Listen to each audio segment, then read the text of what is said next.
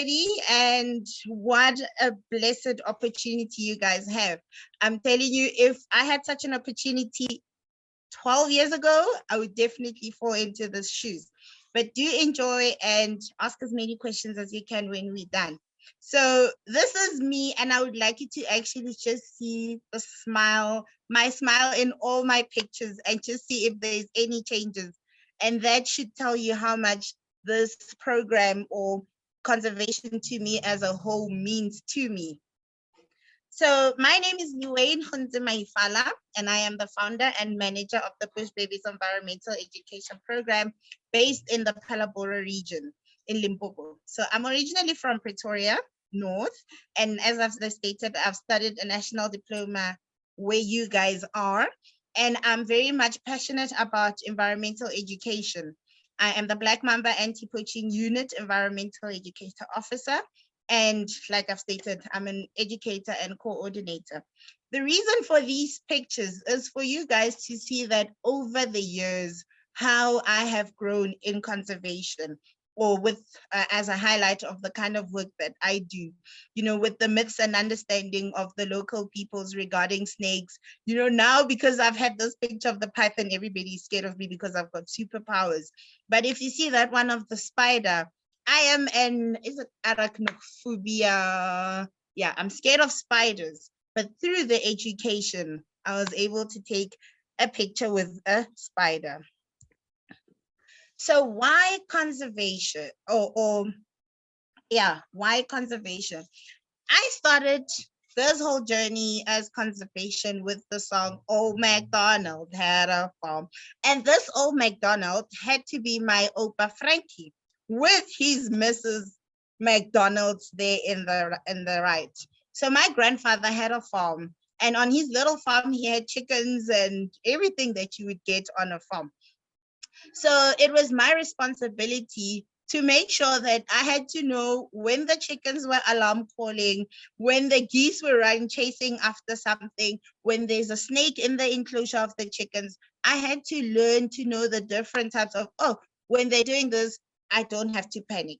So that is how I started falling in love with conservation, because these animals were then my responsibility. But also with the myths and understanding, superstitions of how my family always perceived, why do you want to do conservation? Conservation is a white man job. You're not going to survive. So it wasn't about proving them right or wrong. It was living my dream. And I'm so thankful that people like my mom have actually supported me. My cousin would always say, you want to work by bathing frogs? And I'm like, how do you even get to think of that? But then, here we are. 10 years later, I'm still washing the frogs or bathing the frogs. But also to change that belief and to share the knowledge, as you can see, taking the knowledge that I have about conservation and passing it on to the next generation. I definitely just wanted to create the platform for locals to grow and mature with or in nature and wildlife, just as I did through the education. How has this journey, how has the TET journey been since the 12 years ago? I actually discovered who I am. I discovered I'm not just all smiles and love, but I understood the role I had to play within the environment. It started off with obviously a pledge at Ndumo camp. I came to school every day. I really loved maths. I disliked soil studies. But, at the end of the day, I could understand how everything together played a role. And with this pledge made at Ndumo camp, I was like, I'm going to be the voice for these animals. I'm going to be the voice for the voiceless. So what we learned at Ndumo camp, you can see us there, you can see my smiles. It just instilled that knowledge, that love, that passion. And from there, I have just been growing. So big ups to Dr. O for this seed that you have planted. I think I am more of myself in the bush. I'm more of myself when I'm engaging and doing what I love. I was telling my boss the other day, I'm like, well, thank you for paying me for the past 10 years to do what I love, because I don't have a joy. I don't have a job. I'm just here. with all of that knowledge, what happened is I started, like I stated, the Bush Babies Environmental Education Program, where I'm engaging and teaching kids. I'm sharing the knowledge. I'm exposing the learners to different things that even I have never been exposed to.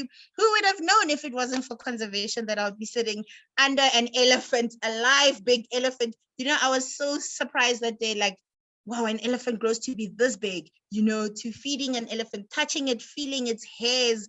That was just so special to share that with the kids.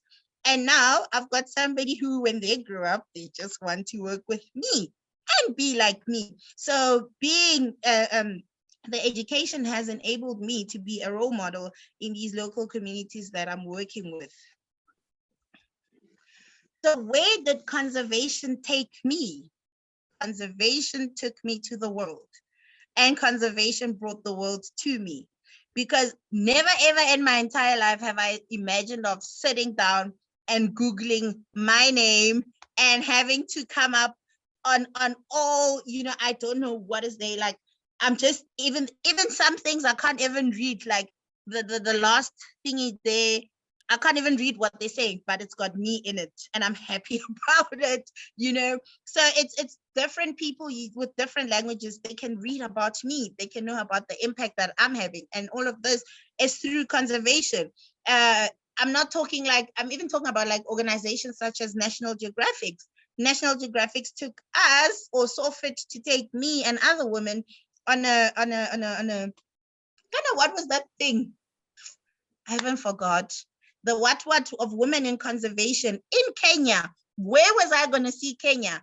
How? We go on elephant collaring operations with Elephants Alive and other organizations. Where was I going to see that? If you need to know more about me, please Google me, because paparazzi has been doing the things. So yeah, it's all because of conservation. And as I stated, conservation took me to the world. These are all my funders, or some of my funders and sponsors of my program.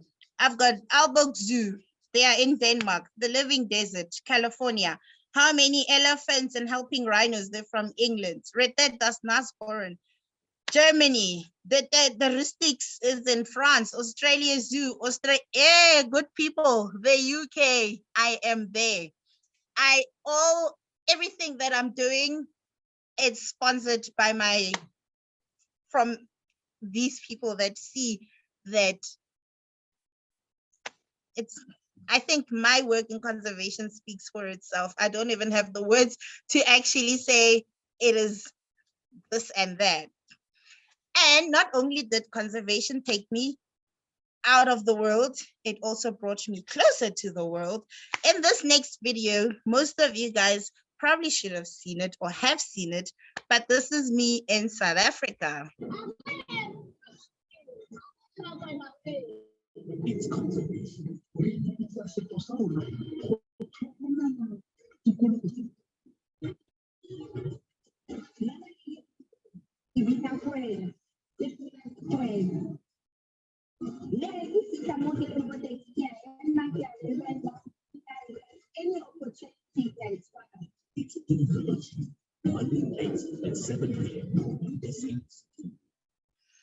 SABC2. I was on SABC2. If it wasn't for conservation, if it wasn't for the hard work, if it wasn't for the passion, if it wasn't for the determination, if it wasn't for the love, I would not be here.